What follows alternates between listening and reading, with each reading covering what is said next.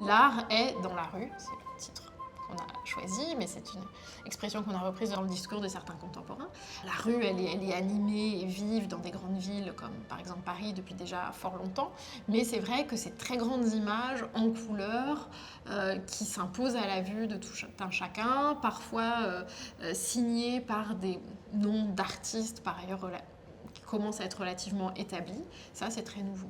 Le grand nom de l'affiche illustrée, c'est Jules Chéret. Il réalise tout au long de sa carrière un peu plus de 1400 affiches, donc c'est une grosse production. Au début, il utilise le noir pour fixer le dessin, le rouge, dira-t-il, pour attirer le regard, et il fait des fonds gradués avec des tons chauds en bas et des tons plus froids en haut. Et autour de 1880, il change un peu sa manière de faire. Il supprime le noir, il utilise des couleurs à ce moment-là plus éclatantes, des jaunes notamment, et des fonds en taches de couleur. Il a indéniablement une personnalité artistique, il ne s'efface pas du tout derrière la démarche publicitaire, c'est un peu anachronique de parler comme ça, mais c'est l'idée. Son œuvre frappe les contemporains et notamment parmi les contemporains des artistes. Les plus célèbres d'entre eux sont probablement Henri de Toulouse-Lautrec. On a en général en tête quelques-unes des affiches, notamment ces affiches pour les célébrités du milieu du spectacle de l'époque, Moulin Rouge, Divan japonais, ce genre d'endroits, mais également des peintres nabis. Au premier rang d'entre eux, Pierre Bonnard, Édouard Vuillard, mais également des gens peut-être un tout petit peu moins connus comme Félix Vallotton ou même Maurice Denis, qui ont fait quelques projets également pour des affiches.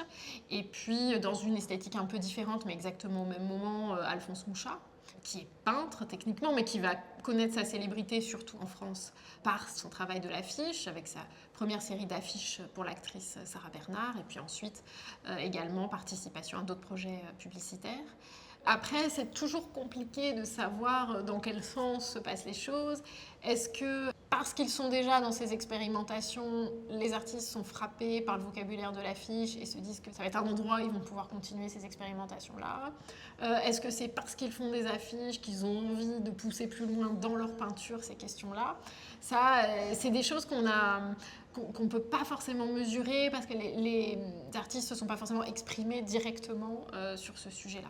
Toulouse-Lautrec ne fait que 31 affiches, donc c'est assez peu.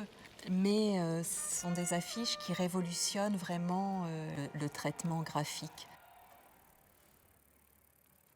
Steinlen aussi, qui peint également, qui est un illustrateur assez fécond. Il se retrouve dans cette même mouvance à réaliser des affiches. Il y a la grande affiche pour le Paris de Zola, qui est une pièce très impressionnante. C'est un peu le coup de magie de l'exposition d'affiches, c'est-à-dire qu'on les voit dans des livres en général, quand le format est de 1 mètre sur 2. La présence que prend tout à coup la composition est très différente, donc c'est l'intérêt d'avoir le luxe de les voir en vrai. L'âge d'or de l'affiche illustrée, c'est les années 1890. Après, il y a comme un petit creux, mais c'est par le biais de la caricature que l'affiche existe à nouveau. Josso, qui est un illustrateur étonnant par la radicalité de son travail en aplats colorés cernés, extrêmement puissant. Vraiment, il travaille quasiment sur les couleurs primaires, plus le blanc en réserve, le blanc et le noir. Il a fait le Guignolet, les sardines au piquet, une affiche pour l'imprimeur Camis, et puis il va aussi faire une affiche extrêmement radicale à bas les calottes sur la séparation de l'Église et de l'État. Cappiello, il fait partie un peu de la génération d'après par rapport aux artistes qu'on montre.